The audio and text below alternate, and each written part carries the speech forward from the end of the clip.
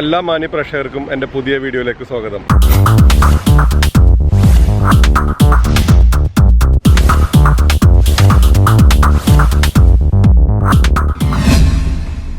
സിംഗപ്പൂരിലെ Jurong bird പാർക്കിലാണ് ഞാനിപ്പോൾ ഉള്ളത്. ലോകത്തിലെ തന്നെ ഏറ്റവും വലിയ ബേർഡ് പാർക്കുകളിലൊന്നാണ് ജുറോങ് ബേർഡ് പാർക്ക്. 5000-ലധികം പക്ഷികളുടെ വലിയ കളക്ഷനാണ് നമുക്കിവിടെ കാണാൻ കഴിയുക. അത് തന്നെ 400-ലധികം ഇനങ്ങളിലായിട്ട് 400-ലധികം ഡിഫറെൻറ്റ് വെറൈറ്റീസ് പക്ഷികളാണ് ഇവിടെ ഉള്ളത്. വലിപ്പം കൊണ്ടും പക്ഷികളുടെ കളക്ഷനും കൊണ്ടും ലോകത്തിലെ ഏറ്റവും വലിയ ബേർഡ് പാർക്കുകളിലായിട്ട് ഒന്നായിട്ട് ഇപ്പോഴും ജുറോങ് ബേർഡ് പാർക്ക് നിൽക്കുന്നു. 1971-ലാണ് കേട്ടോ ഇത് സ്റ്റാർട്ട് ചെയ്തത്. 1971 സ്റ്റാർട്ട് ചെയ്തതാണ്. മില്യൺ കണക്കിന് ആളുകളാണ് ഇത് കാണാൻ വന്നുകൊണ്ടിരിക്കുന്നത്. ഇവിടുത്തെ ടിക്കറ്റ് റേറ്റ് എന്ന് പറഞ്ഞാൽ മുതിർന്നവർക്ക്, അതായത് വലിയവർക്ക് $30, കുട്ടികൾക്ക് $20, സീനിയർ സിറ്റിസൺസിന് $14 ഇവിടുത്തെ ചാർജ്.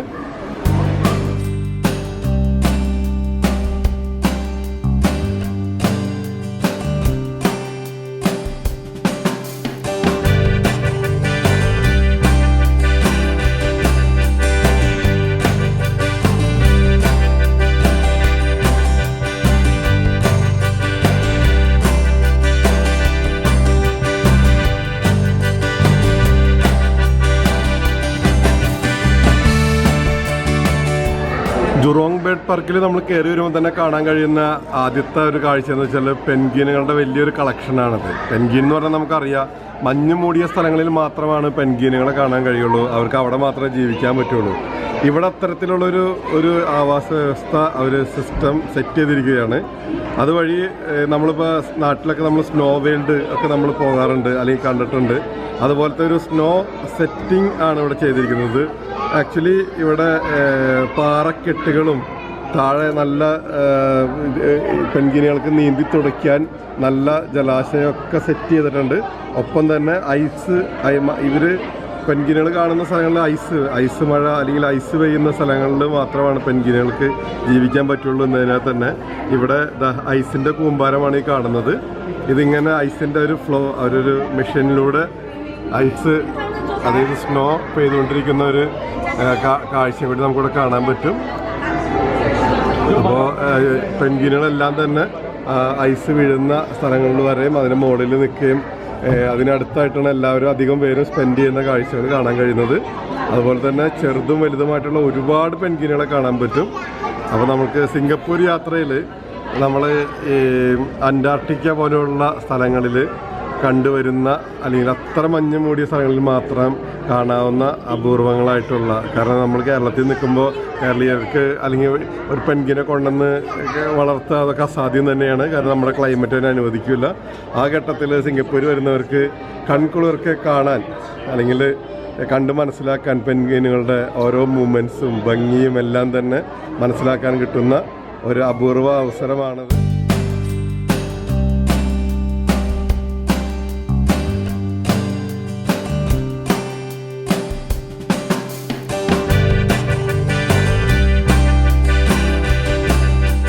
ബേർഡ് പാർക്കിൽ വരുമ്പോൾ ഇതുപോലെ ഒരു ട്രാമിൽ നമ്മളെ കൊണ്ടുപോയി ബേർഡ് പാർക്കിൻ്റെ കുറച്ച് ഏരിയകൾ നമുക്ക് കറങ്ങി കാണാനുള്ള സൗകര്യമുണ്ട്. അത് അപ്പോൾ ഈ ജുറോങ് ബേർഡ് പാർക്കിൽ വരുന്നവർ ഈ കാര്യം ശ്രദ്ധിക്കുക. ചുമ്മാ തന്നെ കുറേ കറങ്ങി നടക്കുന്നതിൻ്റെ കൂട്ടത്തിൽ ഇങ്ങനത്തെ ട്രിപ്പുകളൊന്നും വിട്ടുപോകരുത്.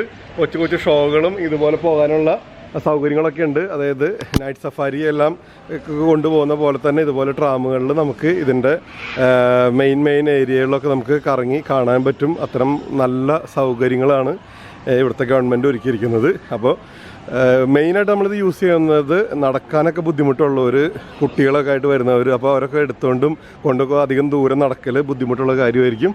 അപ്പോൾ അതിൻ്റെ പേര് തന്നെ ഇത്തരം സൗകര്യങ്ങൾ ഉപയോഗപ്പെടുത്തി കഴിഞ്ഞാൽ നിങ്ങൾക്ക് എന്തുകൊണ്ടും ഈ ട്രിപ്പ് വളരെ നല്ല രീതിയിൽ തന്നെ എൻജോയ് ചെയ്യാൻ പറ്റും. ബേർഡ് പാർക്കിൻ്റെ, അതായത് ലോകത്തിൽ വംശനാശം സംഭവിച്ചുകൊണ്ടിരിക്കുന്ന ഒരുപാട് പക്ഷികളെ ഇവരിവിടെ സംരക്ഷിച്ചിട്ടുണ്ട്.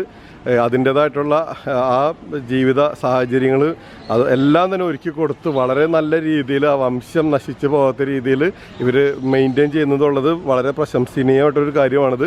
അപ്പോൾ ബേർഡ് പാർക്ക് സന്ദർശിക്കുന്നവർക്ക് ഇതൊക്കെ വളരെ നല്ലൊരു അനുഭവമായിരിക്കും. നിങ്ങളുടെ ജീവിതത്തിൽ ഒരിക്കലും മറക്കാനാവാത്ത നല്ല ഒരു അനുഭവങ്ങളായിരിക്കും ഇതെല്ലാം തന്നെ.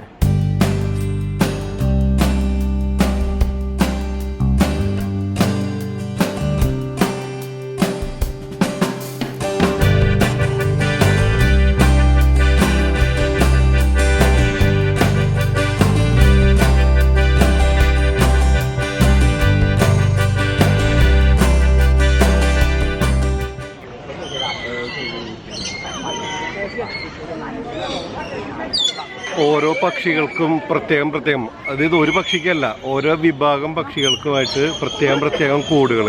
അതായത് ചെറിയ കൂടുകളല്ല, ഒരു വൈഡ് ഏരിയയിൽ എന്താ പറയുക, മുകളിലേക്ക് ഫുള്ള് നെറ്റ് ഇട്ടിട്ട് പാക്ക് ചെയ്തിരിക്കുന്നു. അത് ഇതിൻ്റെ അകത്തുനിന്ന് ഒന്നിനും പുറത്തേക്ക് പറന്നു പോകാൻ പറ്റില്ല. അന്ന് ഇതിൻ്റെ അകത്ത് അവരുടെ ഇഷ്ടാനുസരണം പറന്ന് നടക്കാവുന്ന സെറ്റപ്പ്, നിറയെ മരങ്ങളും താഴെ അരുവികളും പിന്നെ ആവശ്യത്തിനും ഫുഡും എല്ലാമായിട്ടുള്ള പക്ഷികൾക്ക് യാതൊരു തരത്തിലുള്ള ബുദ്ധിമുട്ടുമില്ല. അതുപോലെ തന്നെ മനുഷ്യർക്ക് വന്ന് നിന്ന് കാണാവുന്ന ഒരവസ്ഥയാണ് ഇവിടെ ഉള്ളത്. അപ്പോൾ സ്ഥിരമായിട്ട് ഈ സഞ്ചാരികൾ വന്നും കണ്ടും ഇതുള്ളതിൻ്റെ പേരിൽ തന്നെ പക്ഷികൾ ഭയങ്കരമായിട്ട് ഇണങ്ങിയിട്ടുള്ളൊരു കാഴ്ചയാണത്.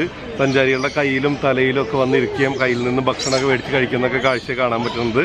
അപ്പോൾ നമുക്കെന്താ പറയുക, പ്രകൃതിയോട് ഇണങ്ങി ജീവിക്കുക, അല്ലെങ്കിൽ പ്രകൃതിയുമായിട്ട് വളരെ മിങ്കിൾ ചെയ്തിട്ട് നമുക്ക് എൻജോയ് ചെയ്യാവുന്ന രീതി. അല്ലാണ്ട് നമ്മളൊരു കൂടുകളിൽ ചെന്നിട്ട് കൂട്ടിലിരിക്കുന്ന കിളികളെ നോക്കി കാണുന്ന പോലെയല്ല ഇവിടെ അവരുടെ ലോകം, പക്ഷികൾ അവരുടെ ലോകത്തും നമ്മൾ നമ്മുടെ ലോകത്തും. ആ കാഴ്ചയാണ് നമുക്കിവിടെ കാണാൻ കഴിയുന്നത്. ലോകത്തിലെ ഏറ്റവും വലിയ ബേർഡ് പാർക്ക് എന്നൊക്കെ പറയുമ്പോൾ ഒരു ഫോറസ്റ്റിനകത്ത് അവർ സെറ്റ് ചെയ്തിരിക്കുന്ന രീതിയാണ് കാണുന്നത്. കണ്ട കൂടുന്ന് പറഞ്ഞതാണ് വളരെ വലിയ ഹെവി സ്ട്രക്ചറൽ വർക്കുകൾ ചെയ്തിട്ട് അതിൽ നെറ്റ് സ്ഥാപിച്ചിരിക്കുകയാണ്. അത് ഒരുപാട് ദൂരങ്ങളിലേക്ക് കേട്ടോ, ഒരുപാട് ഏരിയ ഉണ്ട്. അതായത് സാധാരണഗതിയിൽ പക്ഷികൾക്ക് സ്വതന്ത്രമായിട്ട് പറന്ന് നടക്കാനും മറ്റും കഴിയുന്ന രീതിയിലുള്ള എല്ലാവിധ സൗകര്യങ്ങളാണ് ഒരുക്കിയിരിക്കുന്നത്. അകത്ത് നിറയെ മരങ്ങളുണ്ട്. ആർട്ടിഫിഷ്യലായിട്ട് ഉണ്ടാക്കിയിരിക്കുന്ന കൂടുകളല്ല. അവയ്ക്ക് സ്വന്തമായിട്ട് തന്നെ കൂട് നിർമ്മിക്കാനും സ്വസ്ഥമായിട്ടിരിക്കാനും ആവശ്യത്തിന് ഭക്ഷണവും എല്ലാമായിട്ട്, ആവശ്യത്തിന് എന്നല്ല ആവശ്യത്തിലധികം ഭക്ഷണവുമായിട്ട് തന്നെയാണ് അവർക്ക് ഇവിടെ ജീവിക്കാൻ കഴിയുന്നത്. അത്ര മനോഹരമായിട്ടാണ്. അതുപോലെ തന്നെ വളരെ സിസ്റ്റമാറ്റിക് ആയിട്ടാണ് ഇതൊക്കെ ഒരുക്കിയിരിക്കുന്നത്.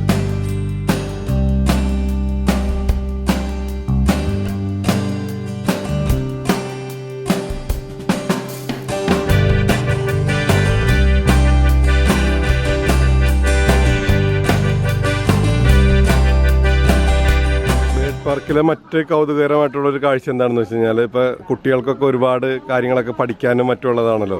അപ്പോൾ അവർക്ക് കളിക്കാനും മനസ്സിലാക്കാനൊക്കെ വേണ്ടിയിട്ട് നമ്മൾ ഡൈനോസേഴ്സിൻ്റെ ഫോസിലുകൾ എങ്ങനെ നമ്മൾ ഭൂമിയിൽ നിന്ന് കുഴിച്ച് എടുക്കുന്നു, ആ ഒരു കാര്യങ്ങളൊക്കെ മനസ്സിലാക്കുന്ന രീതിയിൽ ഇവിടെ ഒരു ഇത് അറേഞ്ച് ചെയ്തിട്ടുണ്ട്. അപ്പോൾ മണ്ണിനകത്ത് ഇവർ ഡമ്മി ഉണ്ടാക്കി വെച്ചിരിക്കുകയാണത്, ഡൈനോസേഴ്സിൻ്റെ ഒരു സ്കെൽട്ടൻ. അപ്പോൾ അത് കുട്ടികൾക്ക് ഇതുപോലെ കൈകൊണ്ട് മാന്തിയും മണ്ണ് മാറ്റിയും ബ്രഷുകളൊക്കെ ഇവിടെ വെച്ചിട്ടുണ്ട്. അപ്പോൾ അത് ക്ലീൻ ചെയ്ത് കഴിഞ്ഞാൽ ഇവർക്ക് ഇതിൻ്റെ അവശിഷ്ടങ്ങൾ കാണാനും കുട്ടികൾക്ക് ശരിയായ രീതിയിൽ മനസ്സിലാക്കാനും പറ്റും. എന്നാലും അത് വളരെ നല്ലൊരു കാര്യമായിട്ട് തോന്നി. ഇപ്പോൾ 2-3 കുട്ടികളൊക്കെ ഇരുന്നിട്ട് ഇതിങ്ങനെ കൈകൊണ്ട് മണ്ണ് മാറ്റുമ്പോൾ കാണുന്ന കാഴ്ചകൾ നിങ്ങൾക്ക് ഇതിനോടൊക്കെ മനസ്സിലായി എന്ന് വിചാരിക്കുന്നു.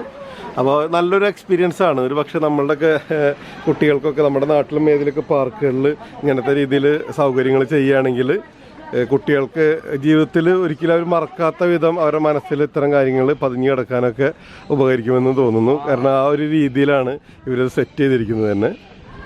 വ്യത്യസ്തങ്ങളായ പക്ഷികളുടെ ചിറകുകളെ കുറിച്ചിട്ടുള്ള ഒരു അറിവ് തരുന്ന കാര്യങ്ങളാണ് ഇവിടെ സെറ്റ് ചെയ്തിരിക്കുന്നത്. വലുതും ചെറുതുമായിട്ടുള്ള ഒരുപാട് പക്ഷികളുടെ ചിറകുകളുടെ വലിയൊരു കളക്ഷൻ തന്നെ ഇവിടെ ഉണ്ട്.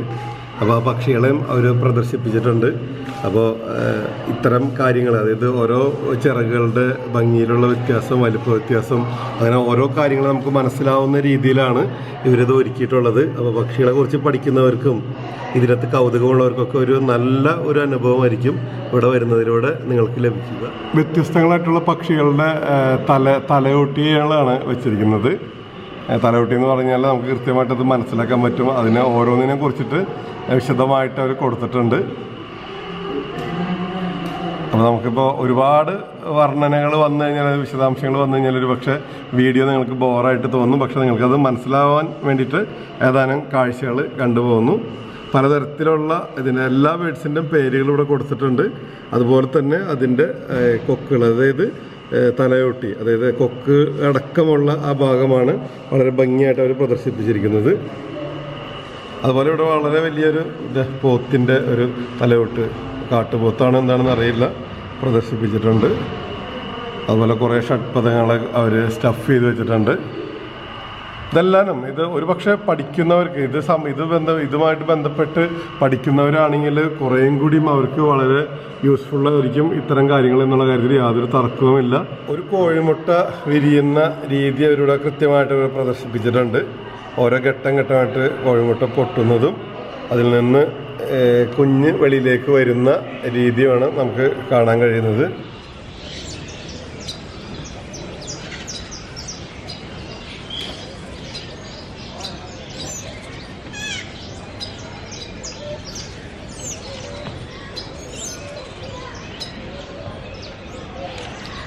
ബേഡ് പാർക്കിൽ വന്നു കഴിഞ്ഞാലേ ചുമ്മാ അതിനകത്ത് കണ്ണടച്ചിരിക്കാൻ തന്നെ ഒരു സുഖമാണ്. കാരണം അത്ര അധികം കിളികളുടെ എന്താ പറയുക, നമ്മൾ മലയാളത്തിൽ കളകളനാഥം എന്നൊക്കെ പറയില്ലേ, കളകളനാഥം തന്നെ പറയാം. നിങ്ങൾക്ക് തന്നെ ശ്രദ്ധിച്ച് നോക്കിയാൽ നിങ്ങൾ ഇപ്പോൾ ഈ വിഷ്വൽസ് നിങ്ങൾ കാണുന്ന തന്നെ വേണ്ട, ഒരു നിമിഷം നമുക്ക് ആ ഒരു ഇതിനകത്തേക്ക് പോകാം. നിങ്ങളിപ്പോൾ ഈ വിഷ്വൽസ് നിങ്ങൾ കാണണ്ട, നിങ്ങളിത് കണ്ടുകൊണ്ടിരിക്കുമ്പോൾ നിങ്ങളൊരു 2 മിനിറ്റ് നേരത്തേക്ക് അല്ലെങ്കിൽ 1 മിനിറ്റ് നേരത്തേക്ക് നിങ്ങൾ വെറുതെ കണ്ണടച്ചിട്ട് വെറുതെ ഒന്ന് ഇത് ഹെഡ്ഫോണിൽ കണക്ട് ചെയ്യണം കേട്ടോ. മൊബൈലിലെ കാണുന്നുണ്ടെങ്കിൽ ഹെഡ്ഫോണിൽ കണക്ട് ചെയ്യുക.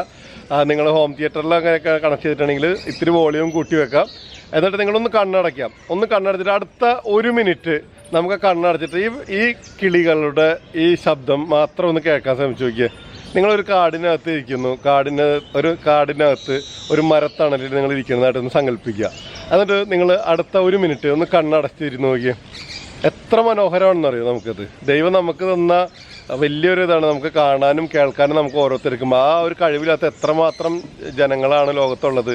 അപ്പോൾ നമ്മൾക്ക് ലോകം കാണാൻ തന്നിരിക്കുന്ന കണ്ണുകളും കേൾക്കാൻ തന്നിരിക്കുന്ന കാതുകളും എല്ലാം തന്നെ നമ്മൾ എല്ലാവരും വിനിയോഗിക്കുന്നുണ്ടെന്ന് അറിയാം. എന്നിരുന്നാലും ഒന്ന് കണ്ണുകളടച്ച് 1 മിനിറ്റ് നേരത്തേക്ക് ഈ പക്ഷികളുടെ ശബ്ദം നമുക്കൊന്ന് നിരീക്ഷിക്കാം. അപ്പോൾ എല്ലാവരും ഒന്ന് കണ്ണടയ്ക്കൂ.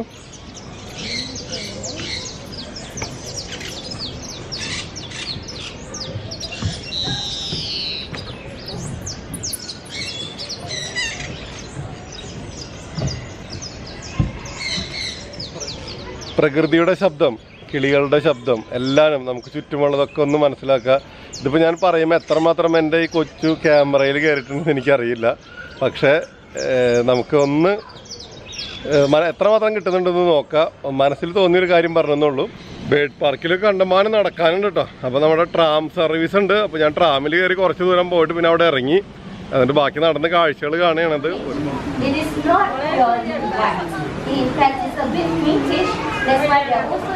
ബേഡ് പാർക്കിൻ്റെ അകത്ത് നടന്ന് ക്ഷീണിക്കാന്ന് പറഞ്ഞാൽ കണ്ടമാനം ഏരിയ ഉണ്ട്. നടക്കാൻ തുടങ്ങിക്കഴിഞ്ഞാൽ ഒരു പരിവാവും. അത്ര നടക്കാനുണ്ട്. പക്ഷെ കാഴ്ചകളുടെ ഭംഗിക്ക് മുമ്പിൽ വ്യത്യസ്തങ്ങളായിട്ടുള്ള ബേഡ്സിൻ്റെ ഉള്ള കാഴ്ചകളും മറ്റും അത് ആസ്വദിച്ച് നടക്കുമ്പോൾ അതൊരു ബുദ്ധിമുട്ടായിട്ട് തോന്നില്ല. വളരെ നല്ലതാണ്. പിന്നെ ഞാൻ പറഞ്ഞല്ലോ, നടക്കാൻ ബുദ്ധിമുട്ടുള്ളവർക്ക് ട്രാം സൗകര്യങ്ങളുണ്ട്. അപ്പോൾ ഞാൻ പറഞ്ഞതെന്ന് വെച്ചാൽ ഇവിടെ വാട്ടർഫോൾ കഫേ എന്ന് പറഞ്ഞ സ്ഥലത്താണ്. അവിടെ ഇരിക്കുമ്പോഴാണ് മറ്റൊരു കാഴ്ച.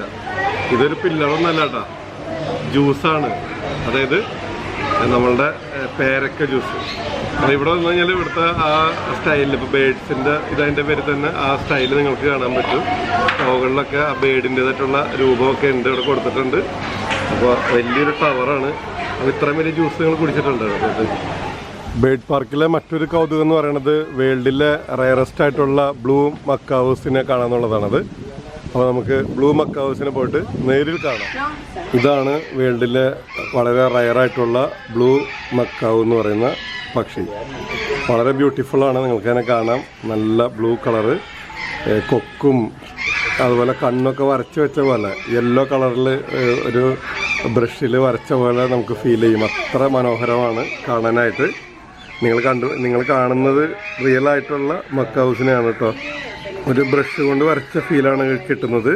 ബ്ലൂ കളറിൽ യെല്ലോ ബ്രഷ് കൊണ്ട് ചുണ്ടിൻ്റെ അവിടെയും അതുപോലെ കണ്ണൊക്കെ വരച്ച് വെച്ച പോലെ തന്നെ. പക്ഷേ ലോകത്തിലെ വളരെ റെയറായിട്ടുള്ള ബ്ലൂ മക്കാവൂസിനെയാണ് നമുക്ക് കാണാൻ കഴിയുന്നത്. അത് വളരെ കൗതുകം തരുന്നൊരു കാഴ്ചയാണത്.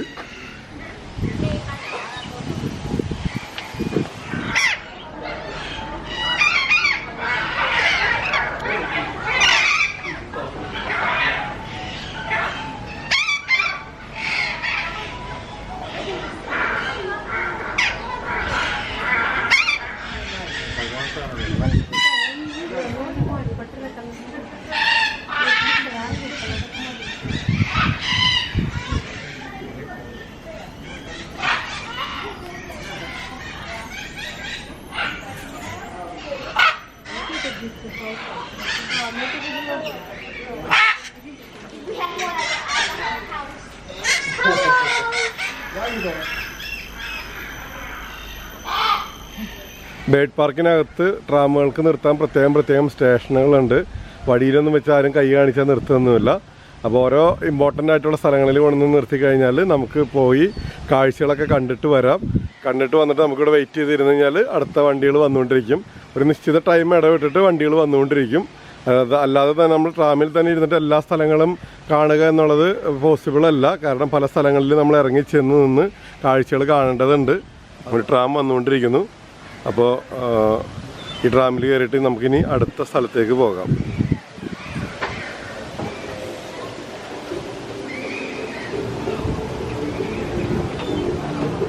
ബേഡ് പാർക്കിനകത്ത് കുട്ടികൾക്ക് കളിക്കാൻ വേണ്ടിയിട്ട് നല്ലൊരു പാർക്കുണ്ട്.